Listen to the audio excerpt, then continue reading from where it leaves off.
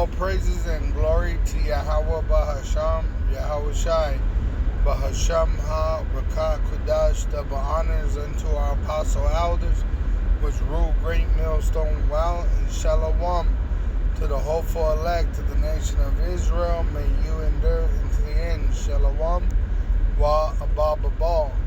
So this is Luke 8, chapter 8, verse 1.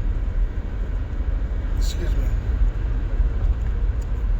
And it came to pass afterward that he went throughout every city and village, preaching and showing the glad tidings of the kingdom of Yahweh. And the 12 were with him. So it's speaking about Yahweh Shai. Alright, and just like Yahweh Shai went throughout the cities and the villages preaching, the Israelites that are of Yahweh Shai, that make up the body of Yahweh Shai, are doing the same thing today. Alright? We're glorifying Yahweh through the name of Yahweh Shai in the spirit of prophecy, which is the testimony of Yahweh Shai according to Revelation 19 and 11. Or 10, let's see. I believe it's might be 10.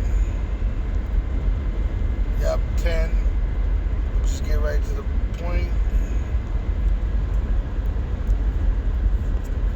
It says on the bottom of verse 10, for the testimony of Yahweh Shai is the spirit of prophecy. Alright? So that's what we have. We have the spirit of prophecy, because we're testifying of Yahweh Shai by the power of Yahweh, which Yahweh Shai did himself when he came as the Messiah. He preached the gospel of his own return. When he would come back, he taught the good tidings of the kingdom of heaven, of Yahweh Ba'asham, Yahweh Shai, to the Israelites. Alright?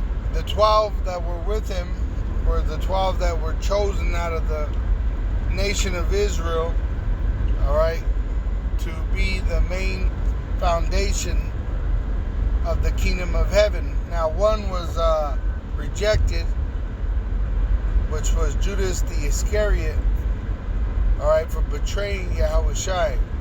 But he was replaced, alright, and you could read about that in, I believe it's in Acts 2. Alright, possibly Acts 1, we can take a look. Acts 1. I know it's at the bottom. Yep, right there. So Acts 1, I'll let you go ahead and read it for yourself. Right at the bottom. Now it says in Luke 8, verse 2, and certain women, which this is Israelite women, which had been healed of evil spirits and infirmities, Mary called Magdalene, out of whom went 7 devils, and Joanna, the wife of Chuza Herod, steward, and Susanna, and many others, which ministered unto him of their substance. Alright? Which these women, alright, they're reincarnated today to serve the body of Yahweh Shai once again. And it's dealing with his men. Alright? And how are they going to serve? With their substance. Just as it says in Isaiah 4 and 1. And in that day, which we're in that day, which a day isn't dealing with just a day. It's dealing with a period of time. Talking about these last days. Alright? And in that day, the day of Jacob's trouble, the time of Jacob's trouble, which shall be a time like no other, 7 women shall take hold of one man, saying, we will eat our own bread and wear our own apparel. Only let us be called by thy name to take away our reproach. And the reproach they have is the shame of being unmarried. All right? And also in Isaiah 14 and 1, it says, "For Yahweh will have mercy on Jacob and will yet choose Israel." The Israelites, once again, the so-called Negro, Latino, and Native American Indians of North America, Central America, South America, and the Caribbeans, which have been scattered throughout the world in slavery.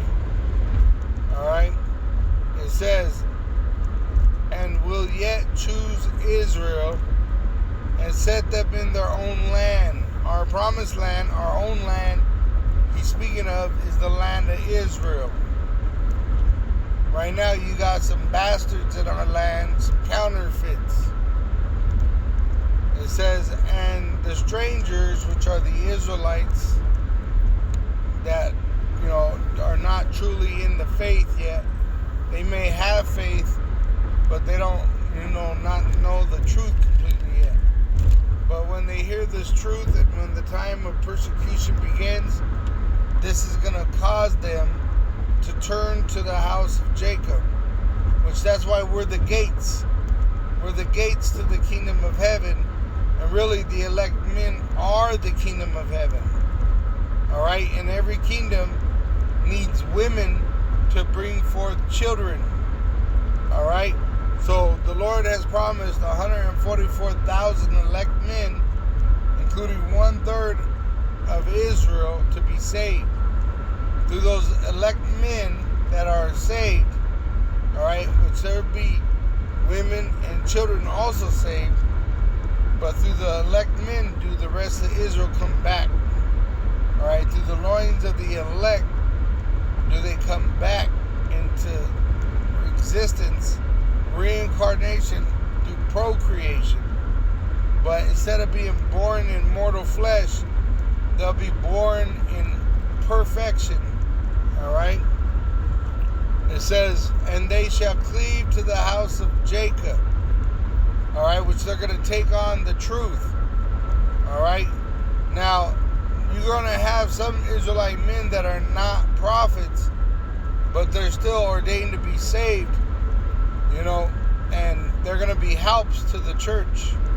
Being a body, we have many parts, but different administrations. All right?